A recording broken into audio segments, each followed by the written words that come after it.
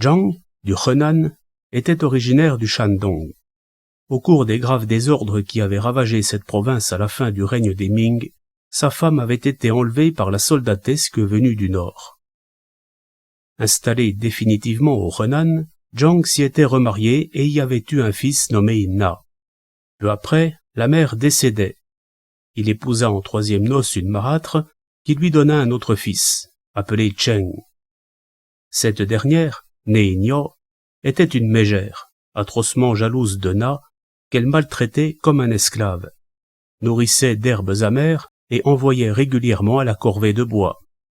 Il lui fallait rapporter tous les jours une pleine charge de fagots, sous peine de recevoir des coups et de se faire grossièrement injurier. Par contre, son propre enfant, Cheng, était dorloté. Lui seul était envoyé étudier à l'école. Naturellement porté à la piété et à la fraternité, ce dernier souffrait de voir son aîné à la peine. Il avait maintes fois exhorté sa mère à changer d'attitude. En vain. Un jour qu'il était allé ramasser du bois dans la montagne, Na, pris dans un violent orage, s'était abrité sous une falaise avant d'avoir terminé sa collecte de bois. Comme la pluie n'avait cessé qu'après le coucher du soleil et que la faim le tenaillait, il était rentré avec ce qu'il avait pu ramasser. Trouvant son fagot trop maigre, sa marâtre, furieuse, l'avait privé de dîner. Na s'était allongé sur le lit, rongé par la faim et l'humiliation. De retour de l'école, Cheng trouva son frère couché et lui demanda « Tu es malade ?»« J'ai faim, c'est tout. » Il voulut savoir pourquoi. Na lui raconta ce qui s'était passé. Le cadet repartit, bouleversé. Un moment plus tard, il réapparaissait, des galettes cachées sous le devant de son vêtement. Il les tendit à son aîné. Comme ce dernier lui demandait comment il se les était procurées, Cheng répondit « J'ai volé de la farine et prié la voisine de les préparer. Mange et tais-toi. » Tout en les dévorant, affamé, Na suppliait son frère de ne pas recommencer. « Si ça se sait, c'est toi qui trinqueras. D'ailleurs, ce n'est pas avec un repas par jour que je risque de mourir de faim. »« Tu es bien trop faible pour couper une telle quantité de bois, » rétorqua Cheng. Le lendemain, il se rendit secrètement là où son frère faisait des fagots. « Qu'est-ce que tu viens faire par ici ?» s'étonnait Na. « T'aider à ramasser du bois ? Qui t'envoie ? Personne, je suis venu de moi-même. De toute façon, tu n'es pas de force à faire le bûcheron.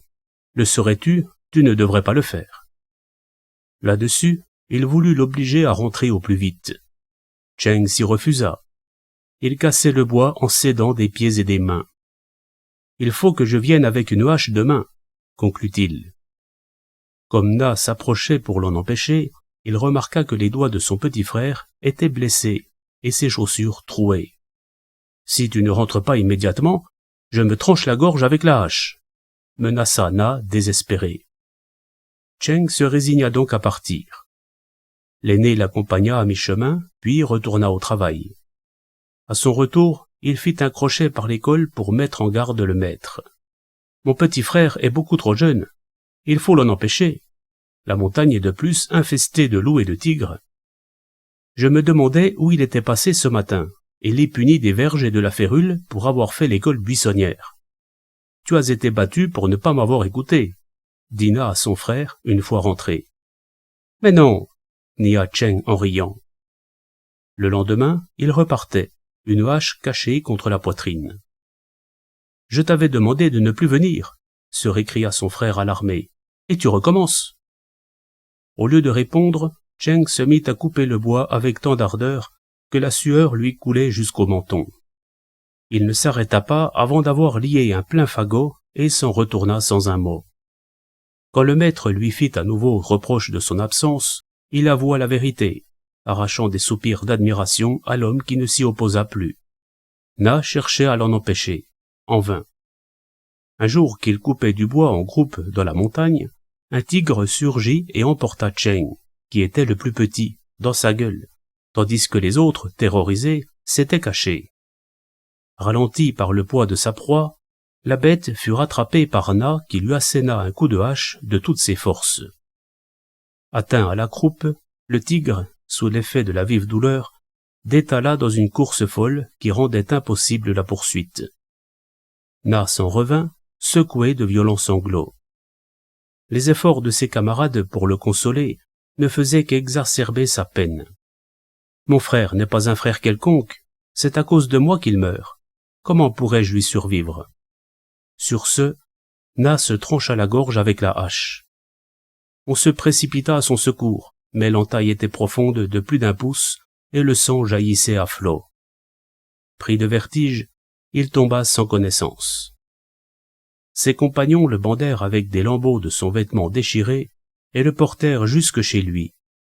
Sa marâtre le maudit à travers ses larmes.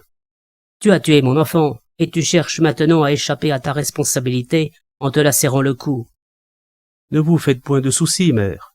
Je ne saurais vivre si mon frère meurt. » Il se coucha, mais la blessure était si douloureuse qu'il ne pouvait trouver le sommeil. Il était assis, adossé au mur, à pleurer nuit et jour. De peur qu'il ne meure à son tour, son père veillait à le nourrir, essuyant chaque fois les reproches véhéments de sa mégère de femme.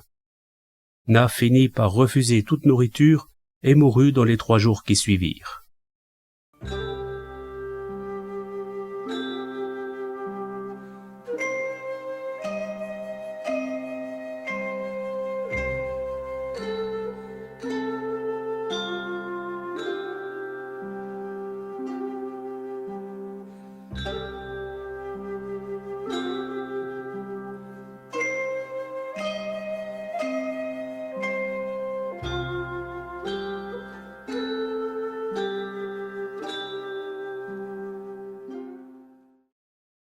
Il y avait au village un médium en relation avec l'impermanence, le monde des morts. Na le rencontra en chemin vers l'autre monde et lui raconta tristement tout ce qu'il avait souffert dans celui qu'il venait de quitter.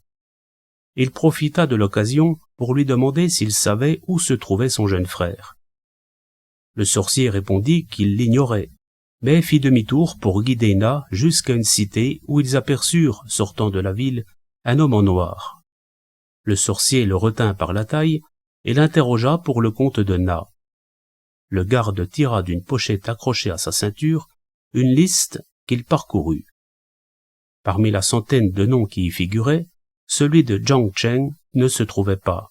« N'y aurait-il pas quelque autre document ?» demanda le sorcier. « Je suis le responsable du passage d'un monde à l'autre. Il ne saurait avoir été arrêté par un autre service, » lui répondit l'homme en noir. Incrédule, Na persuada le sorcier d'entrer dans la ville où se côtoyaient spectres anciens et récents. Na y rencontra de vieilles connaissances qui, aussitôt questionnés sur la présence du petit frère, répondaient par la négative. Soudain se répercuta la clameur. « Un bodhisattva nous arrive !» Levant la tête, Na aperçut dans les nuages un grand homme auréolé de lumière, qui montait et descendait, illuminant le monde subitement conscient de son extraordinaire présence. Le médium le félicitait. « C'est ta chance, ta très grande chance. Un bodhisattva ne pénètre dans le règne des ténèbres que tous les 1000 ans pour arracher les malheureux aux maux dont ils sont affligés. Et tu le rencontres dès le premier jour. » Il força Na à s'agenouiller. Innombrables, fantômes et damnés chantaient en chœur, mains jointes, les louanges du grand compatissant qui les délivrait de leur misère. Le sol tremblait sous l'immense clameur qui s'élevait vers lui. Le bodhisattva les aspergeait d'une douce rosée, plus fine que fine poussière, au moyen d'une branche de saule. L'instant d'après, nuées et lumières résorbées, l'apparition disparut. Où? Nul ne le sait. Na s'était senti le cou humecté de rosée. La blessure ne lui faisait plus mal. Le sorcier le ramena d'où il était venu, ne prenant congé que lorsqu'ils furent en vue de l'entrée du village.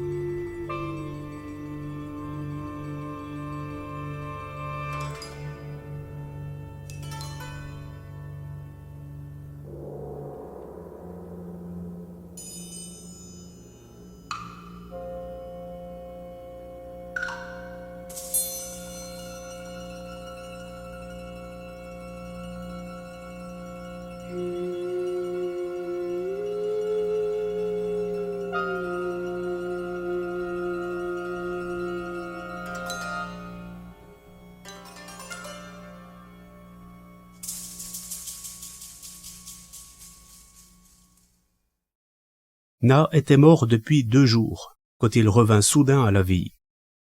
Il raconta son aventure en l'autre monde, convaincu que son frère Cheng n'y était pas. Persuadé que son récit n'était qu'un tissu de mensonges, sa marâtre l'abreuva d'invectives et d'insultes. Na ne se défendait pas, et ne disposait d'ailleurs d'aucun moyen de se disculper. Constatant que sa blessure s'était cicatrisée, il se leva par ses propres forces, salua son père, et lui dit « Je pars à la recherche de mon frère, au fond des océans ou par-delà les nuées s'il le faut. Si vous ne me revoyez plus, ne comptez pas sur mon retour et tenez-moi pour mort. Adieu, mon cher père. » Le vieil homme l'accompagna en pleurant jusqu'aux étendues désertes, sans oser le retenir plus longtemps. Na demandait des nouvelles de son frère à chaque carrefour. Lorsqu'il eut épuisé son viatique, il poursuivit sa quête en mendiant. L'année suivante, il atteignait la région de Nankin. Marchant courbé, ses vêtements en lambeaux pareils à la queue dépenaillée de la caille. À la vue d'un groupe d'une dizaine de cavaliers qui passaient, il courut vers le bord de la route pour les éviter. Parmi eux caracolait un homme d'une 40aine d'années qui semblait le chef. De solides gaillards et de piaffantes montures l'entouraient. Le jeune homme, sur un petit cheval, dévisageait avec insistance le mendiant qui n'osait lever les yeux sur si noble personnage. Lâchant soudain son fouet, il arrêta sa monture, en descendit et s'écria « Ne seriez-vous point mon frère ?» Na leva la tête et le regarda plus attentivement. C'était Cheng. Il lui serra la main, muet d'émotion. Le jeune homme éclata en sanglots à son tour. « Comment as-tu échoué ici, très cher frère ?» Na exposa la situation dans laquelle il se trouvait. Cheng n'en fut que plus ému. Les cavaliers mirent pied à terre pour lui demander ce qui se passait et en informer leur chef. Ce dernier ordonna de libérer un cheval pour Na, de sorte que Cheng put le ramener chez lui avant de lui livrer le détail de ses aventures. Le tigre qu'il avait emporté l'avait abandonné au cours d'une route. Quand, il n'aurait su le dire, puisqu'il y était resté inanimé la nuit entière. Le commandant Zhang, venant de la capitale, était alors passé. Apitoyé à la vue du malheureux au visage si distingué, il l'avait réconforté et aidé à reprendre connaissance. Comme le village dont il se disait originaire était fort éloigné, le commandant l'avait ramené avec lui et avait soigné ses blessures, qui s'étaient cicatrisées en peu de jours. N'ayant pas de descendants, il le considérait comme un fils. C'était donc en compagnie de son père adoptif qu'il avait aperçu Na. À peine avait-il terminé ce récit que le commandant entrait. Na se prosterna pour lui exprimer son infinie gratitude. Cheng alla chercher dans les appartements intérieurs des vêtements ouatés qu'il donna à son frère. Vins et victuailles furent ensuite servis. « Votre précieuse famille vit au Henan. Combien compte-t-elle d'adultes enregistrés ? » Aucun. Mon père, qui est originaire du Shandong, s'est réfugié au Henan. Je suis aussi du Shandong. Votre villa dépendait de quelle juridiction ? De Dongchang, à en croire ce que disait mon père. Vous êtes donc du même pays que moi ? Se récria le commandant, étonné. Pourquoi avez-vous émigré au Henan ? À la fin de la dynastie des Ming, les troupes des Qing ont envahi le territoire et enlevé la première femme de mon père. Ses biens pillés ou incendiés, il n'avait plus où aller. Comme il avait l'habitude de faire du commerce dans l'Ouest, la région lui était connue et il s'y est installé. « Quel est le nom de votre respecté père ?» demanda le commandant qui allait de surprise en surprise. Na le lui dit. Le commandant le regarda longuement, baissa la tête comme pour mieux réfléchir, puis se leva et se précipita vers les appartements intérieurs. Peu après, Madame Mère parut, et, les salutations échangées, se tourna vers Na pour lui demander « Ne seriez-vous pas le petit-fils de Zhang Bingji ?» « Si. » La dame éclata en sanglots et se tourna vers le commandant. Ce sont tes frères cadets. » Ces derniers étaient interloqués. Elle expliqua. « J'avais vécu 3 ans avec votre père quand j'en ai été séparé, exilé dans le nord où j'ai appartenu au général commandant de Bagnères, Rey. 6 mois plus tard, j'ai donné naissance à votre aîné, ici présent. La moitié de l'année ne s'était pas écoulée que le commandant décédait, laissant à votre grand frère cette charge à laquelle il renonce aujourd'hui. Je n'ai jamais cessé de penser au puits de notre village natal, au point de me faire rayer des registres pour me réinscrire dans les anciens. J'ai maintes fois envoyé de mes gens au Shandong, sans qu'ils trouvent la moindre trace de mon ancienne famille. Comment aurais-je pu savoir que votre père s'était déplacé à l'ouest? » Puis, se tournant vers son fils le commandant, « Le comble est que ce soit ton propre frère que tu allais adopter comme fils. » C'est que Cheng n'avait pas fait mention du Shandong quand je l'avais interrogé. Sans doute est-il trop jeune pour s'en souvenir. J'ai tenu compte de la différence d'âge. À 41 ans, le commandant était en effet l'aîné et avait plus du double de l'âge de Cheng, qui en avait 16. Na, à 22 ans, se trouvait être le puîné.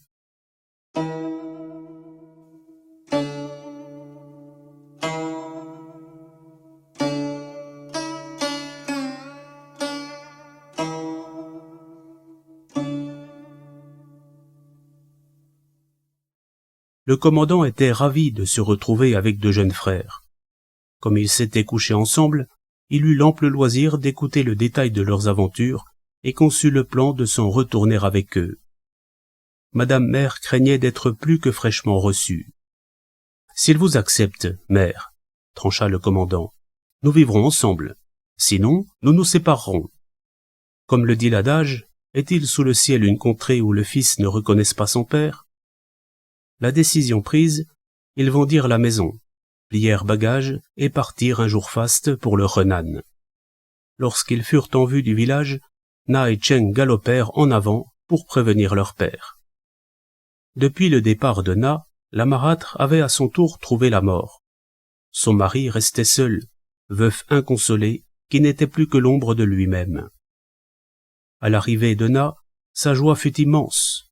Elle fut à son comble lorsque parut Cheng. Secoué de larmes de bonheur, il était incapable d'articuler la moindre parole. Quand on lui apprit que la mère du commandant et son fils arrivaient, il s'étrangla dans les sanglots, debout, médusé, entre joie et désolation. Peu après, l'officier se présentait, et, quand il eut fini de saluer, sa mère parut et se jeta dans les bras du vieil homme en pleurant.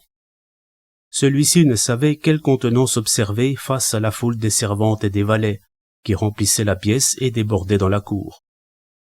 Ne voyant pas sa mère paraître, Cheng demanda de ses nouvelles. Apprenant sa mort, il pleura à s'étouffer, tombant sans connaissance. Il ne revint à lui qu'un bon moment plus tard. Le général réunit les fonds nécessaires à la construction d'une somptueuse résidence, engagea un précepteur et fit faire des études à ses 2 jeunes frères.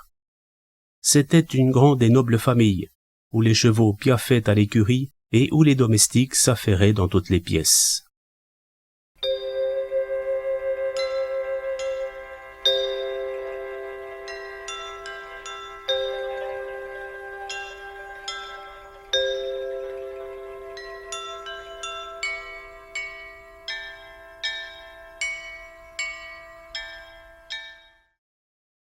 Le chroniqueur de l'étrange.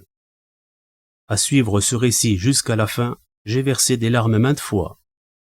Une première fois quand cet enfant d'une dizaine d'années aide son aîné à compléter les fagots, hache à la main. Un nouveau Wang Lan, me disais-je, admiratif. Lorsque le tigre l'a emporté, je n'ai pu m'empêcher de pleurer à nouveau sur les incertitudes du sort que nous réserve le ciel. J'ai pleuré de joie lorsque les 2 frères ont fini par se retrouver, et une fois de plus, parce qu'ils se retrouvaient à 3. La surprise et la joie de la famille réunie ne m'ont pas arraché de larmes, mais j'en ai versé sur le vieil homme, à me demander si meilleur pleureur que moi se trouverait dans ma postérité.